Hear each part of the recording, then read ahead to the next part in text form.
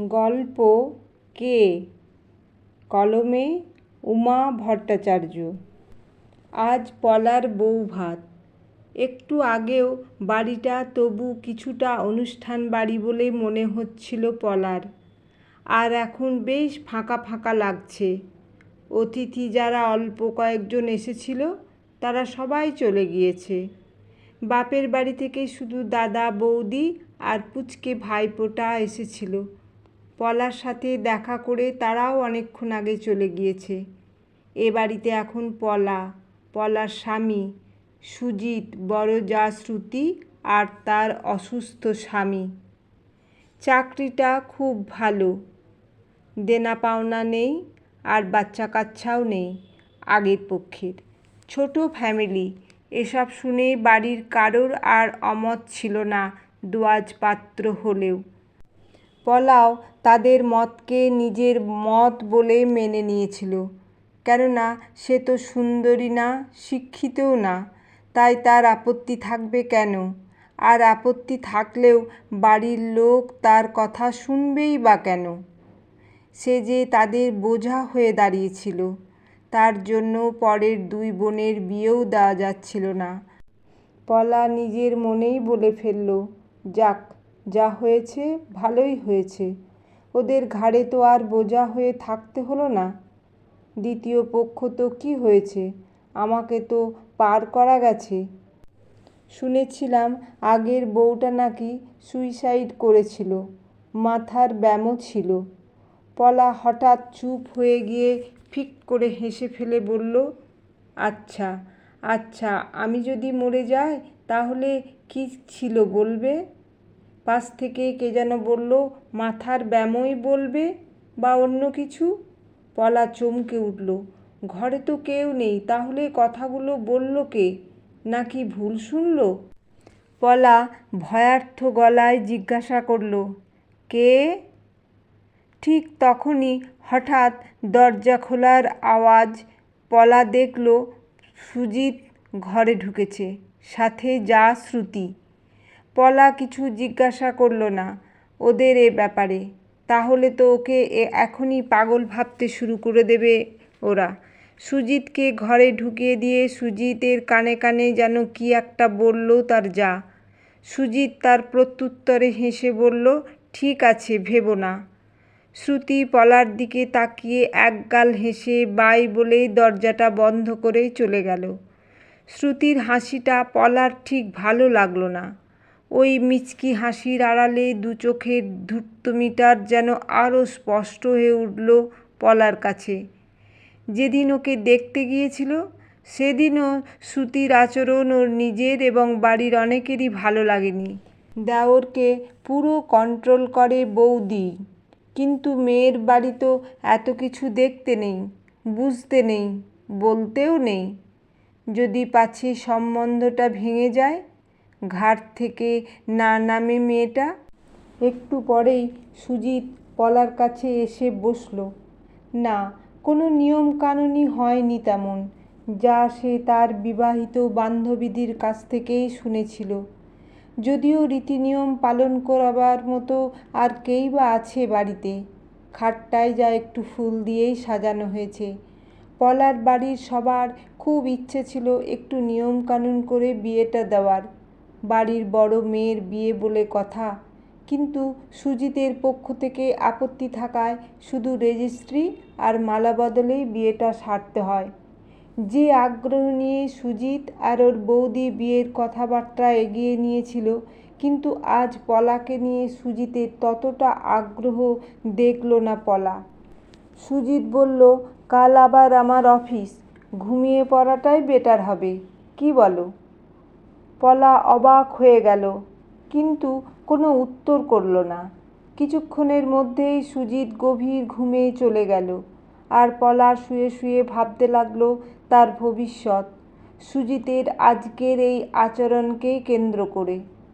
পরদিন সুজিতের বৌদির ডাকে পলা দরজা খুলে দেখল কাজের মেয়েটিকে সাথে করে চা নিয়ে এসেছে। চা টেবিলে রেখে মেয়েটি চলে যেতে যেতে পলার দিকে এমনভাবে তাকালো যেন কিছু বলতে চায়। পলা ফ্রেশ হয়ে ঘরে ঢুকতে গিয়ে দেখল সুজিত আর ওর যা ব্যালকনিতে দাঁড়িয়ে খুব হাসি ঠাট্টা করছে। পলাকে দেখে শ্রুতি বলল, বাহ, এরই মধ্যে ফ্রেশ হয়ে গেলে, খুব ফাস্ট তো তুমি পলা। চলো চাটা খেয়ে কিচেনে যাই। অনেক কিছু বুঝেও পলা চুপ করে না বোঝার ভান করে থাকে, নতুন বউ সেজে। একদিন অফিস যাওয়ার সময় সুজিতের হাত নাড়ানো দেখে পলা ভেবেছিল যে তাকে দেখে হাত নাড়িয়ে বাই করছে, কিন্তু না, সুজিত উপরের ব্যালকনিতে দাঁড়িয়ে থাকা তার বৌদিকে বাই করছিল। যদিও পরে পলাকেও বাই বলেছে, তবে সেটা পলার একদমই ভালো লাগেনি। এভাবেই ওদের অষ্টমঙ্গলার দিন চলে এলো। পলা চায়ে চুমুক দিতেই সুজিতকে বলল, কাল আমরা কখন যাব বাড়ি? সুজিত খবরের কাগজে চোখ বুলোতে বুলোতে হেসে জবাব দিল, আমরা?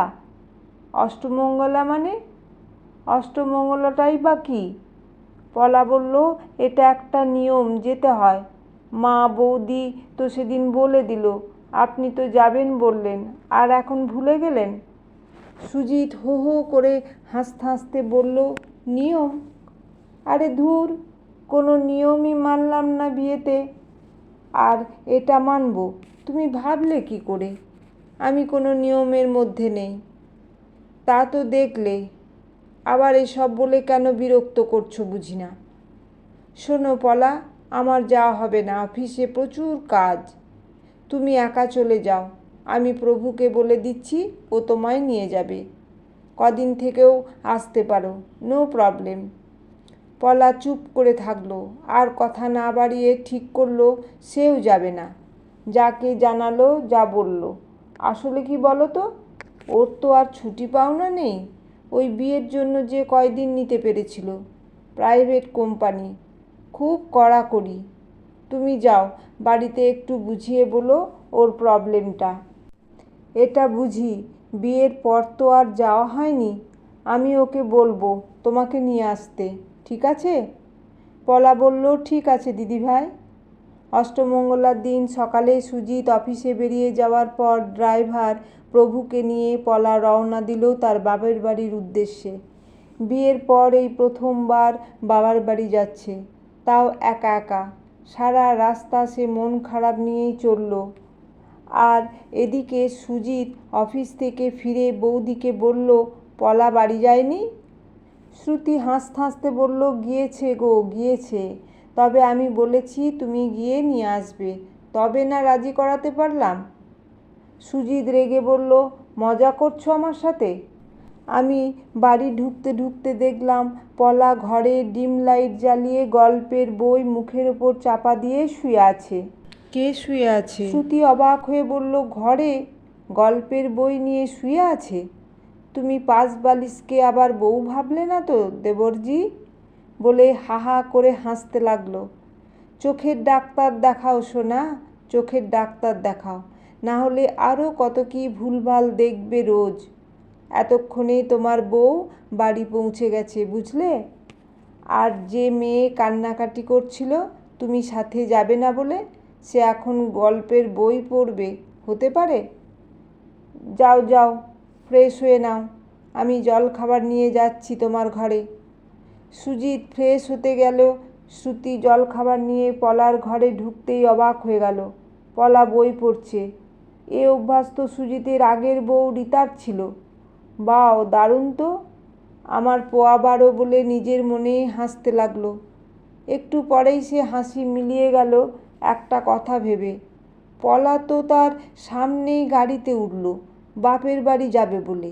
তাহলে জল খাবার টেবিলে রাখতে রাখতে জিজ্ঞাসা করলো, তুমি বাড়ি যাওনি পলা? গাড়ি ব্যাক করলেই বা কখন? কখন ফিরলে? কিছুই তো বুঝতে পারছি না। না গেলে বুঝি তোমার খুব সুবিধা হতো, তাই না? আচমকা সে কণ্ঠস্বরে শ্রুতি কিছুটা ভয় পেয়ে গেল, কেননা সে কণ্ঠস্বর শ্রুতির কান স্পর্শ করে শীত দ্বারা বেয়ে ঠান্ডা স্রোতের মতো নেমে গেল। পরক্ষণেই তাকিয়ে চমকে উঠল শ্রুতি। হিংস্র আর ঘোলাটে চোখ নিয়ে কে তাকিয়ে আছে তার দিকে? এ তো পলা না। শ্রুতি চিৎকার করে সুজিতকে ডাকতে গিয়েও পারল না। কি ভয় পেলে? পলার কোনো ক্ষতি করতে পারবে না তোমরা বলে অট্টহাসিতে ফেটে পড়ল সে। কণ্ঠস্বর সে অট্টহাসি সারা ঘরকে কাঁপিয়ে দিয়ে প্রতিধ্বনিত হতে লাগলো। শ্রুতি জিজ্ঞাসা করল, কে? ঘর থেকে বেরোতে গিয়ে দরজার চৌকাঠে হোঁচট খেয়ে পড়ে গেল। বাথরুম থেকে বেরিয়ে এসে শ্রুতিকে ওভাবে পড়ে থাকতে দেখে সুজিত দিশাহারা হয়ে গেল।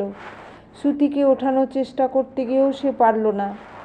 কি হয়েছে বৌদি, কি হয়েছে তোমার? তুমি ওরকম করছো কেন? শ্রুতি কোনো জবাব দিতে পারল না, শুধু চোখ দুটো বড় বড় করে পাগলের মতো আচরণ করতে লাগলো। ডাক্তার পরীক্ষা করে জানালো, আই থিঙ্ক কোনো কিছুতেই উনি খুব ভয় পেয়েছেন, ব্রেইন কাজ করছে না ওনার।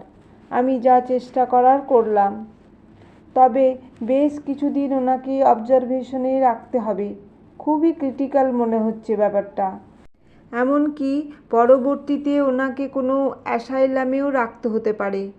সুজিতের কানে ডাক্তারের সব কথা পৌঁছালো না, কেননা সুজিতের চোখ তখন খাটের ওপর গল্পের বইটার ওপর, যার পাতাগুলি আপনা থেকেই উল্টে যাচ্ছে একের পর এক। সুজিত চিৎকার করে উঠল, কে ওখানে, কে? এদিকে গাড়িতে যেতে যেতে পলা কৌতূহলবশত ড্রাইভার প্রভুকে জিজ্ঞাসা করেছিল, আগের ছোট বৌদিমণিকেও কি সে বাড়ি দিয়ে আসতো কিনা, দাদাবাবুর সাথে যেত কিনা, দিদির বাপের বাড়ি কোথায়, ইত্যাদি ইত্যাদি। প্রভু পলার মনের অবস্থা বুঝতে পেরে সে কথার উত্তরে আরও অনেক কিছুই জানিয়েছিল। এমনকি কিছু ব্যাপারে পলাকে সাবধান থাকতেও বলেছিল, যা শুনে পলা সেই মুহূর্তে সিদ্ধান্ত নেয় বাবার বাড়ি না যাওয়ার। প্রভুকে বলল, প্রভুদা আমি ভাবছি বাড়ি যাব না, তুমি গাড়ি ঘোরাও। পলার কথা মতো প্রভু আবার কলকাতার দিকে গাড়ি ঘোরালো। বাড়ির কাছে আসতেই পলা গাড়ি থেকে নেমে উদ্ভ্রান্তের মতো বাড়ির সদর দরজার দিকে ছুটতে লাগলো। আর তখনই সুজিতের ভয়ার্ত কণ্ঠের চিৎকার তার কানে এলো। সুজিতের চিৎকার আর সদর খোলা দেখে তার মনে কু ডাকে, সে কিছুতেই এভাবে নিজের সর্বনাশ হতে দেবে না। শ্রুতির হাত থেকে সে নিজেকে বাঁচাবেই। প্রভুদাকে সব বলেছে, আগের রীতা বৌদিমণি কীভাবে অত্যাচারিত হতো বড় বৌদিমণির কাছে, কিন্তু সুজিত সে সবের কিছুই জানতে পারত না। রীতার বিরুদ্ধে অন্যরকম বোঝানো হতো তাকে, আর সে কারণে রীতা কোনো সময় কিছু বলতে গেলে সুজিত বিশ্বাস করতো না রীতার কথা, উল্টে চট থাপ্পড় লাগিয়ে দিত। ছি ছি, সম্পত্তি পাওয়ার লোভে আর নিজের দেওরকে কাছে পাবার নেশায় একজন মহিলা এতটা নিচে নামতে পারে? একটা মেয়ে হয়ে আরেকটা মেয়ের এত বড় ক্ষতি করতে পারলো কি করে? এসব ভেবে শ্রুতির উপর পলার ঘেন্না চলে এলো। প্রভুদা তাকে বলেছিল ছোট বৌদিমণি খুব শান্ত স্বভাবের ছিল, মুখ বুঝেই সব সহ্য করত, ভয়ে প্রতিবাদটুকু পর্যন্ত করত না। কিন্তু সে তো শান্ত না, সে এই অন্যায়ের শেষ দেখেই ছাড়বে। সে নিজে শাস্তি দেবে শ্রুতিকে, না হলে যে তাকেও হার মেনে নিয়ে পৃথিবী ছেড়ে চলে যেতে হবে রীতার মতো। নিজের মনে মনে এ কথাগুলো বলতে বলতে খোলা সদরের সামনে এসে চমকে গেল। খোলা সদরের বাইরে থেকে সে যা দেখল তা তো নিজের চোখে বিশ্বাস করাতে পারছে না। তার যা কেমন স্থির চোখে অস্বাভাবিক দৃষ্টি নিয়ে দরজার পাশে বসে আছে। সুজিত তাদের বেডরুমের দিকে তাকিয়ে ভয়ের দৃষ্টিতে। সারা বাড়ির ভিতরে একটা ভয়ঙ্কর পরিবেশ সৃষ্টি হয়েছে। হাজারটা প্রশ্ন এলো পলার মনে ভিড় করল। পলা সুজিতকে জিজ্ঞাসা করল, কি হয়েছে এখানে? আপনিও বা ওভাবে কী দেখছেন ঘরের দিকে তাকিয়ে? কি হয়েছে আপনার? বলুন বলুন, কি হয়েছে? সুজিত পলাকে দেখে চমকে উঠল, বিশ্বাস করতে পারল না পলাই এসেছে। সন্দিগ্ধ কণ্ঠে জিজ্ঞাসা করল, কে আপনি? কে কে? পলা উত্তর দিল, আমি পলা, আপনার স্ত্রী।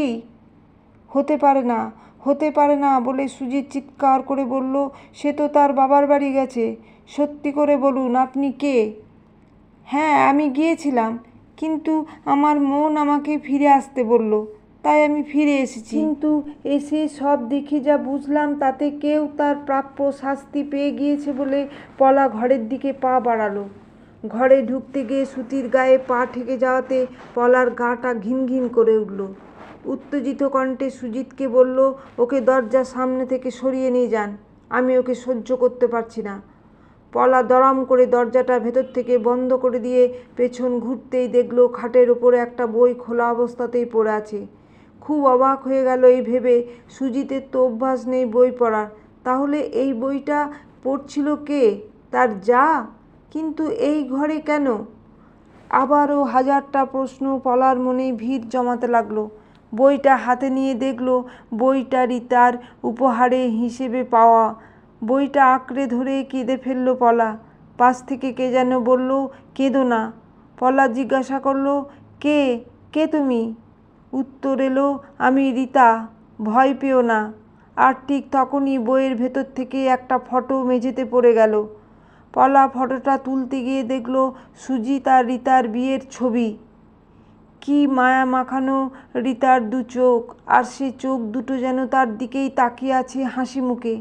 পলা দরজা খুলে ছবিটা নিয়ে সুজিতকে দেখিয়ে বলল, কি করে পারলেন আপনারা এই নিষ্পাপ মেয়েটার ওপর অত্যাচার করতে? দিদির আত্মা এ ঘরেই আছে, পারলে ক্ষমা চেয়ে নিন দিদির কাছে, তাতে হয়তো দিদি আপনাকেই ক্ষমা করে দেবেন। এই দেখুন আপনাদের বিয়ের ছবিটা, কি যত্নে ভালোবেসে এই বইটার মধ্যে দিদি রেখেছিল, আর আপনি ওই ডাইনিটার কথায় দিদিকে কষ্ট দিয়ে গেছেন সমানে। দিদি স্বেচ্ছায় আত্মহত্যা করেনি, আপনারা ওকে বাধ্য করেছিলেন। আমি সব জানি, সব জানি, সবাইকে বলে দেব আপনাদের কুকীর্তির কথা। সুজিত পলার গলা চেপে ধরতে গেলে আচমকায় কোনো কিছুতেই প্রচণ্ড ভয় পেয়ে পলাকে ছেড়ে দিল। আতঙ্কিত চোখে দরজার দিকে তাকিয়ে সুজিতের মুখ দিয়ে শুধু একটি শব্দ উচ্চারিত হলো, রিতা। দরজার কাছে ছায়ামূর্তিটা পলার দৃষ্টি এড়ালো না।